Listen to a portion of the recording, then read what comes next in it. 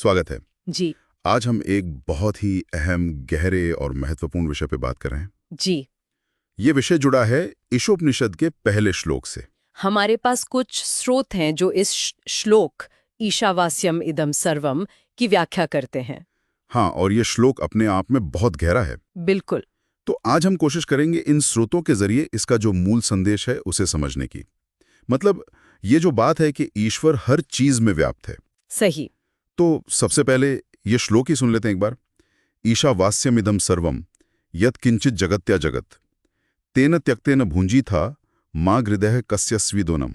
जी। तो इसका सीधा सा सरल सा अर्थ देखें तो यही है कि इस गतिशील संसार में मतलब जो कुछ भी चलायमान है वो सब ईश्वर से व्याप्त है, उसी से ढका हुआ है। हाँ, बिल्कुल व्याप्त या ढका हुआ। और ये सिर्फ कोई काव्य या सुंदर विचार नहीं है, ये एक तरह की घोषणा है। एक आध्यात्मिक सत्य की घोषणा है ना। हाँ, मतलब ईश्वर कहीं दूर नहीं, सिर्फ मंदिरों में या स्वर्ग में नहीं, बल्कि यही है, अभी इसी वक्त, हर कण में। हर कण में, पेड़ों में, हवा में, जो लोग हमारे आसपास हैं उनमें, हमारी हर सांस में।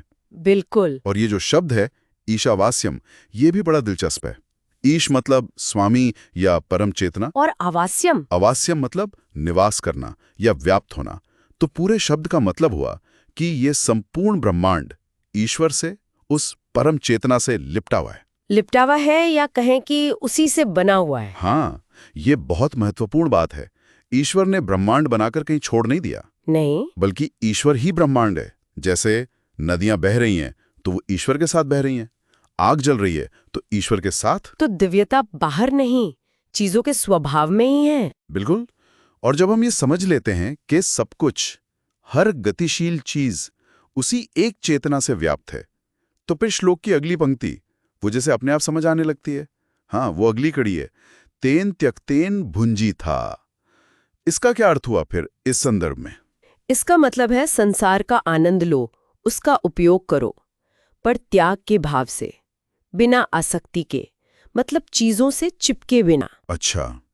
ये एक तरह से कहता है कि चीजों को इस्तेमाल करो, अनुभव करो, पर उन्हें पकड़कर मत बैठो कि ये मेरा है, हमेशा के लिए मेरा है। लेकिन ये थोड़ा सा विरोधाभासी नहीं लगता? त्याग भी और भोग भी, क्या मतलब है कि हम जीवन का आनंद ना लें? नहीं नहीं, ये सवाल बहुत स्वाभाविक है। विरोधाभास लगता तो है, पर असल में है नहीं।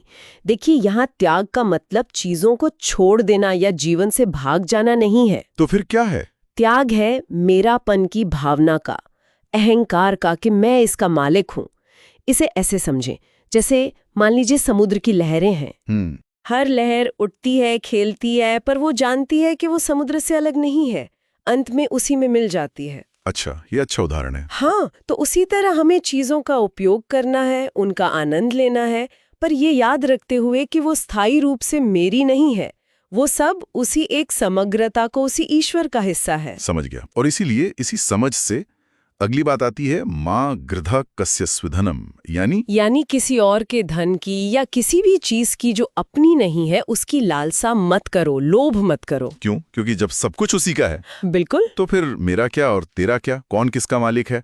जब ये समझ आ जाए तो फिर लालच किसका करना, ईर्ष्या किससे करना? हाँ, ये तो ईर्ष्या, लोभ, संघर्ष, इन सबको जड़ से मिटाने वाली बात हो गई। सही कहा। तो ये जो समझ है, ये हमारे रोजमर्रा के जीवन को कैसे बदल सकती है? क्योंकि आज की दुनिया तो अक्सर हमें बांटना सिखाती है, ये मेरा वो तेरा, ये अपना वो पराया, ये सफल वो असफल। ये श्लोक तो जैसे उस सारी दीवारों पे ही सवाल उठा रहा है। बिल्कुल उठा रहा है। ये जीवन को देखने का, जीने का एक बिल्कुल ही अलग नजरिया देता है। ये दुनिया से भागना नहीं सिखाता, संन्यास लेना जरूरी नहीं बताता। अच्छा। हाँ, ये कहता है कि दुनिया में रहो, पूरी तरह से रहो, लेकिन एक आंतरिक स्वतंत्रता के साथ। वो कैसे? इसका मतलब है कि हर व्यक्ति में, हर चीज में उसी एक दिव्यता को देखने की कोशिश करो। चीजों का इस्तेमाल करो, पर कृतज्ञता के भाव से, उन पर मालिकाना हक जमाए बिना। जैसे वो लहर वाली बात थी। हाँ, बिल्कुल। जीवन को एक संपत्ति नहीं, बल्कि एक पवित्र उपहार समझो। जब ये दृष्टि आती है ना, तो लालच, तुलना, असुरक्षा, ये सब चीजें अपने आप कम होने लगती हैं। ये दुनिया में पूरी तरह शामिल होते हुए भी मन से मुक्त रहने का रास्ता है, आंतरिक स्वतंत्रता का। वाह! तो संक्षेप में कहें तो ये श्लोक हमें बस यही याद दिलाता है कि दिव्यता हर जगह है, हमारे अंदर भी, बाहर भी। हर चीज में। जी हाँ। तो अगली बार जब कोई सूर्योदय देखे या हाथ में कोई फूल ले या बस किसी से बात करे तो शायद ऋषियों की ये बात याद रख सकता है, ईशावास्यमिदं सर्वम, ईश्वर यहाँ भी है। ईश्वर हर किसी में है। और इसी विचार के साथ हम सुनने वालों के लिए एक सवाल छोड़ सकते हैं। हाँ बिल्कुल, सोचने के लिए। अगर हम सचमुच ये मान लें, गहराई से महसूस करें कि हर चीज उसी एक दिव्य चेतना का ही रूप है, तो इस गहरी समझ को अपनाने से हमारे रोज के कामों में, हमारे आपसी व्यवहार में, हमारे रिश्तों में क्या वास्तविक बदलाव आ सकते हैं? ये सोचने वाली बात है। बहुत गहरा सवाल है।